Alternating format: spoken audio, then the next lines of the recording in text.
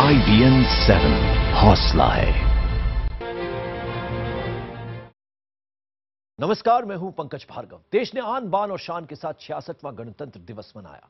राजधानी दिल्ली में गणतंत्र दिवस समारोह के मुख्य अतिथि थे अमेरिकी राष्ट्रपति बराक ओबामा। करीब 3 घंटे तक चले समारोह में पूरी दुनिया ने भारत की सैन्य ताकत और हमारी संस्कृति की झलक देखी। साथ ही झांकी में मोदी सरकार की महत्वाकांक्षी योजनाओं की भी झलक दिखी। हम आपको दिखा रहे हैं गणतंत्र दिवस पर हमारी खास कवरेज। देखिए 50 कैमरे से गणतंत्र।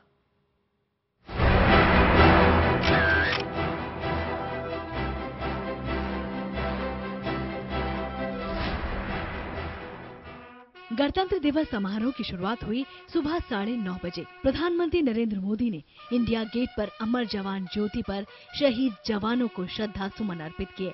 इस मौके पर तीनों सेनाओं के प्रमुख भी मौजूद थे।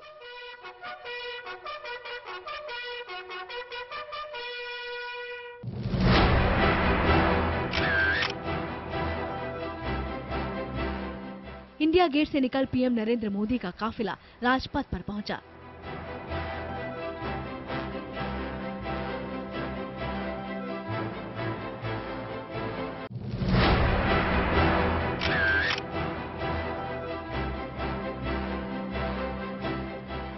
पीएम मोदी के ठीक बाद अमेरिकी राष्ट्रपति का काफिला राजपथ पर पहुंचा। बीस्ट में सवार राष्ट्रपति बराक ओबामा और उनकी पत्नी की अगवानी करने के लिए खुद पीएम मोदी वहां मौजूद थे। इसके बाद राजपथ पर दिखा घुड़सवार दस्ता और महामहिम प्रणब मुखर्जी का काफिला। पीएम मोदी ने राष्ट्रपति का स्वागत किया। राष्ट्रपति के मंच पर पहुंचते ही तिरंगा फहराया गया और 21 तोपों की सलामी दी गई। जम्मू कश्मीर में आतंकियों से लोहा लेते हुए शहीद मेजर कुंद वरदराजन और नायक नीरज कुमार सिंह को मरणोपरांत अशोक चक्र से सम्मानित किया गया। दोनों शहीदों की पत्नियों ने राष्ट्रपति के हाथों ये सम्मान लिया।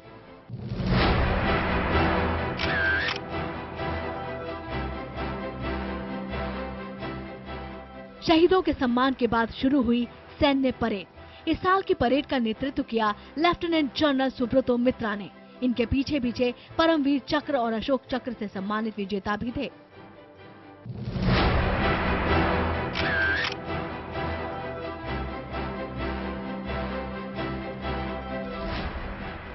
T-90 भीष्म और T-72 टैंक और multi barrel rocket launcher system Pinaka BrahMos missile ने भी अपना दम दिखाया।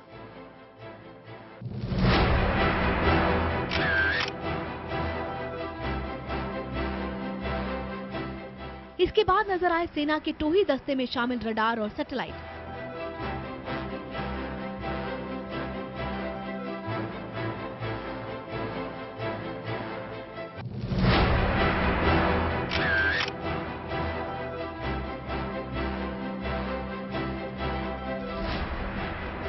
इस बीच आसमान में गड़गड़ाहट हुई और नजर आया ध्रुव हेलीकॉप्टर, जो युद्ध के साथ साथ राहत और बचाव के काम में सेना का साथी है।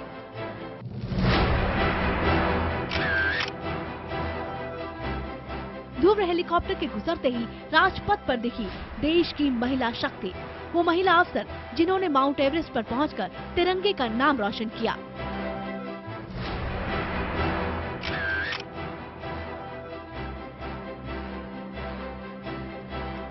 एवरेस्ट विजेताओं के बाद राजपथ पर आया महिला अधिकारियों का दस्ता। इस दस्ते का नेतृत्व किया कैप्टन दिव्या अजित ने। गणतंत्र दिवस की परेड में ये पहली बार हुआ कि महिला अधिकारियों के दस्ते ने मार्च निकाला।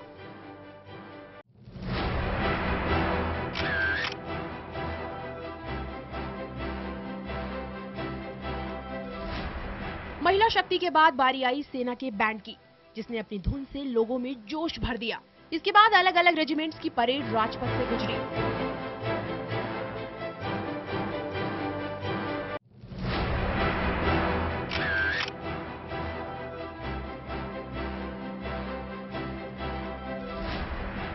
इसके बाद नौसेना का मार्चिंग परेड राजपथ से गुजरा। इस परेड की अगुवाई की लेफ्टिनेंट कमांडर संध्या चौहान ने। परेड के पीछे आई नौसेना की झांकी में नारी शक्ति ही थीम थी।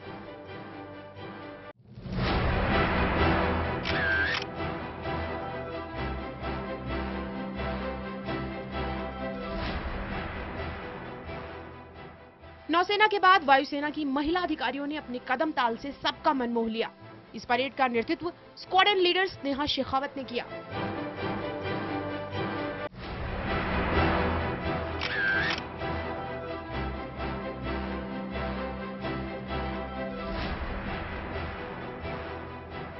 परेड के पीछे आई वायुसेना की झांकी, जिसमें वायुसेना के बेड़े में शामिल विमान और हेलीकॉप्टर दिखाए गए।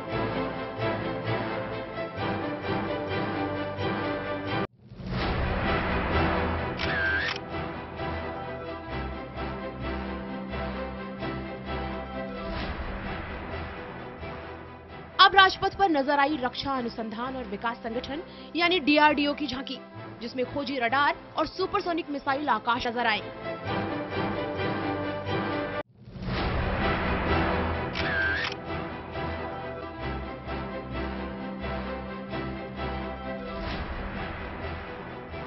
इसके बाद सीमा सुरक्षा बल के बैंड ने अपनी धुनों का जादू दिखाया।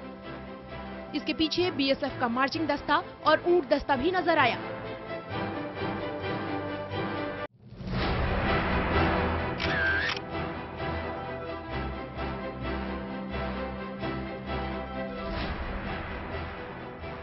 BSF के बाद कोस्ट गार्ड का मार्चिंग दस्ता राजपथ से गुजरा। कोस्ट गार्ड का दस्ता पहली बार राजपथ की परेड में शामिल हुआ है।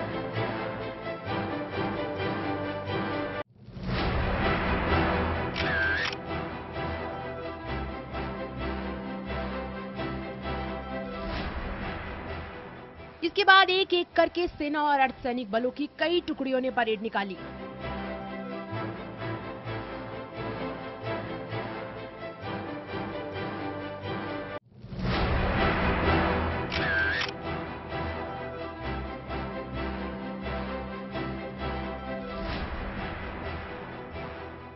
सेना के जवानों के बाद बारी आई नेशनल कैडेट कोर के छात्र छात्राओं के मार्चिंग दस्ते की, और इसके ठीक पीछे था राष्ट्रीय सेवा योजना यानी NSS मार्चिंग दस्ता।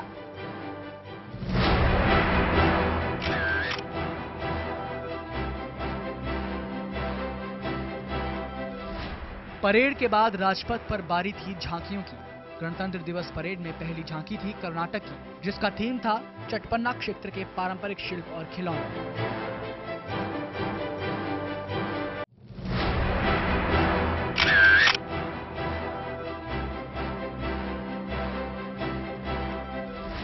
मध्य प्रदेश की झांकी का थीम था भील जाति का पारंपरिक त्योहार भगौरिया। वसंत ऋतु में मनाए जाने वाले इस त्योहार में पंचायत से लेकर हाट तक की तस्वीर नजर आती है।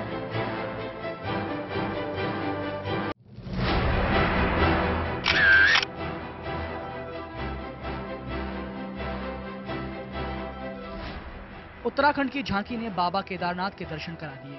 1.5 साल पहले कुदरत का कहर झेलने वाले केदारनाथ हिंदू आस्था के प्रतीक हैं।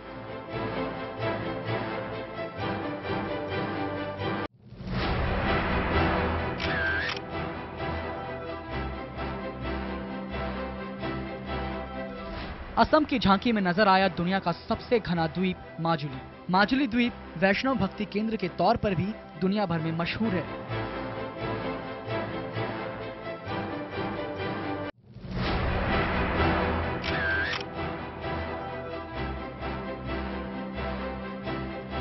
राजपथ पर पहली बार नजर आई नए राज्य तेलंगाना की झांकी। इस झांकी में पारंपरिक बोनालू पर्व को दिखाया गया। इस त्योहार में महाकाली की पूजा का बेहद महत्व होता है।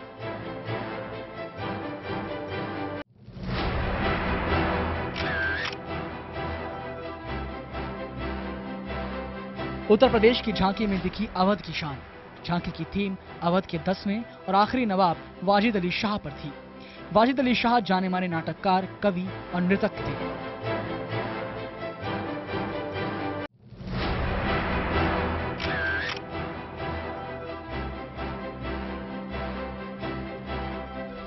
इसके बाद राजपथ पर आई जम्मू कश्मीर की मनभावन झांकी, जिसमें कश्मीर के रौफ, लद्दाख के फूल और जम्मू के कुड नृत्य को दिखाया गया।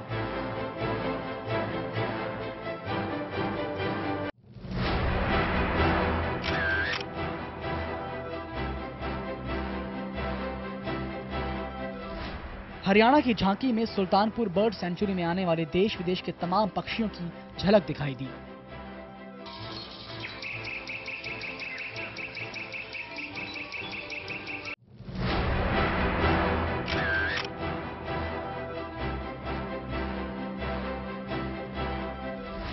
वहीं छत्तीसगढ़ की झांकी में बस्तर का ऐतिहासिक दशहरे की धूम दिखाई दी।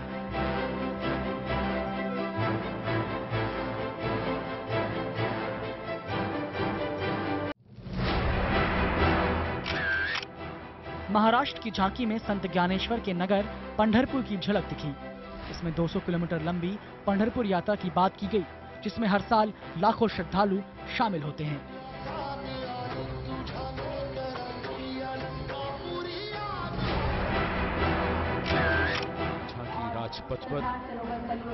गुजरात की झांकी की थीम थी statue of unity, PM Modi का ड्रीम प्रोजेक्ट।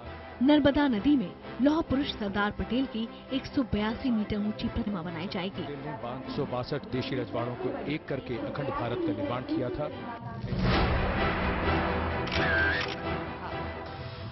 अब बारी थी पीएम नरेंद्र मोदी की महत्वाकांक्षी योजना मेक इन इंडिया की। 25 सितंबर 2014 को शुरू हुई इस योजना के जरिए सरकार देश को मैन्युफैक्चरिंग हब बनाना चाहती है।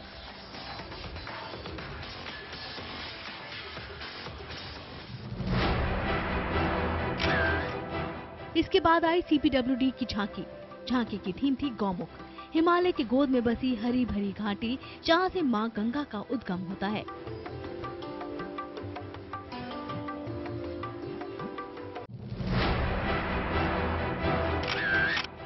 महिला और बाल विकास मंत्रालय की झांकी में केंद्र सरकार की एक और अहम योजना की झलक दिखी, बेटी बचाओ बेटी पढ़ाओ। पीएम मोदी ने कुछ दिन पहले ही इस योजना की शुरुआत की है।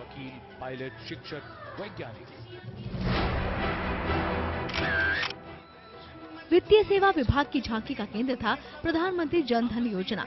इस महत्वाकांक्षी योजना का मकसद ग्रामीण इलाकों में रहने वाले लोगों को बैंक से जोड़ना है।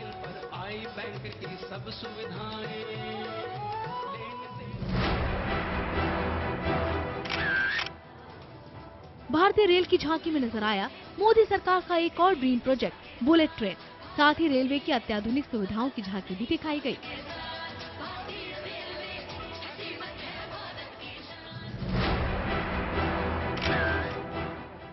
झांकियों के बाद राजपथ पर खुली जिप्सी में सवार बहादुर बच्चे नजर आए। देश के अलग अलग हिस्सों के 24 बच्चों को राष्ट्रीय वीरता पुरस्कार से सम्मानित किया गया है। इनमें से 4 बच्चों को ये पुरस्कार मरणोपरांत दिया गया।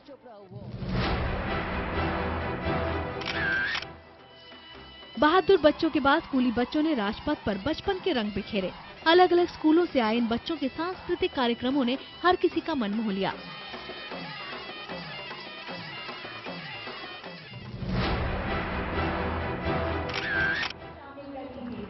बच्चों के रंगारंग कार्यक्रम के बाद बारी आई बड़ों की। बीएसएफ की मोटरसाइकिल टीम जांबाज के जवानों ने एक से बढ़कर एक हैरतअंगेज करतब दिखाए।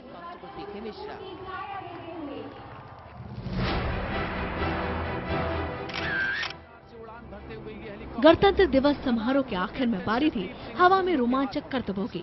हमारे जांबाज पायलटों ने हेलीकॉप्टर, MiG-29, सुखोई 30 और जागुआर विमानों के हैरतअंगेज कारनामे दिखाए, जिसे देखकर लोगों ने दांतों तले उंगलियां दबा ली। इन्फॉर्मेशन में ये विमान जमीन से 330 मीटर की ऊंचाई पर उड़ान भरते हुए। गणतंत्र दिवस का जश्न राजधानी दिल्ली के साथ साथ देश के दूसरे हिस्सों में भी धूमधाम से मनाया गया। अमृतसर में वाघा बॉर्डर पर मीटिंग रिट्रीट के साथ गणतंत्र दिवस समारोह का जश्न मनाया गया। यहां बीएसएफ की महिला जवानों ने परेड की शुरुआत की। यूपी में खराब मौसम गणतंत्र दिवस के जश्न को फीका करने में नाकाम रहा। लखनऊ में मुख्यमंत्री अखिलेश यादव और राज्यपाल राम नाईक ने तिरंगा फहराया और परेड की सलामी ली। उधर महाराष्ट्र के राज्यपाल सी विद्यासागर राव ने मुंबई के शिवाजी पार्क में तिरंगा फहराया। मध्य प्रदेश भी गणतंत्र दिवस के जश्न से अछूता नहीं रहा। राजधानी भोपाल में राज्यपाल राम नरेश यादव ने लाल परेड ग्राउंड में झंडा फहराकर परेड की सलामी ली। इस मौके पर उन्होंने कहा कि इस साल मध्य प्रदेश 25% कृषि विकास का गवाह बना है। बिहार के मुख्यमंत्री जीतनराम मांझी ने पटना के ऐतिहासिक गांधी मैदान में गणतंत्र दिवस परेड की सलामी ली। मांझी ने कहा कि बिहार न्याय के साथ विकास के रास्ते पर तेजी से आगे बढ़ रहा है। झारखंड में राज्यपाल सैयद अहमद ने गणतंत्र दिवस समारोह के मौके पर रांची में तिरंगा फहराया। इस दौरान उन्होंने नक्सलियों से हिंसा छोड़कर मुख्यधारा में शामिल होने की अपील की। झारखंड के मुख्यमंत्री रघुवर दास ने दुमका में तिरंगा फहराकर परेड की सलामी ली।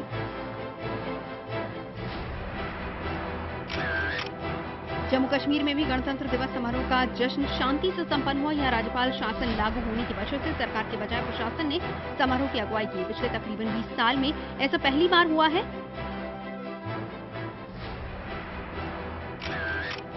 वहीं आंध्र प्रदेश के विशाखापट्टनम में भी गणतंत्र दिवस का जश्न देखने को मिला। यहाँ ईस्टर्न नेवल कमान परेड ग्राउंड में वाइस एडमिरल सतीश सोनी ने परेड की सलामी ली। इस मौके पर कई गणमान्य लोग और अफसर भी मौजूद थे। पश्चिम बंगाल में भी गणतंत्र दिवस समारोह का जश्न धूमधाम से मनाया गया। कोलकाता में राज्यपाल के त्रिपाठी ने लोगों से लोकतांत्रिक मूल्यों की इज्जत करने और दबे कुचले लोगों के लिए सामाजिक न्याय की वकालत की। वहीं असम के मुख्यमंत्री तरुण गोगोई ने गुवाहाटी में तिरंगा फहराकर गणतंत्र दिवस समारोह का शुभारंभ किया। गोगोई ने कहा कि उग्रवादी हमले के शिकार आदिवासियों के लिए विशेष पैकेज दिया जाएगा।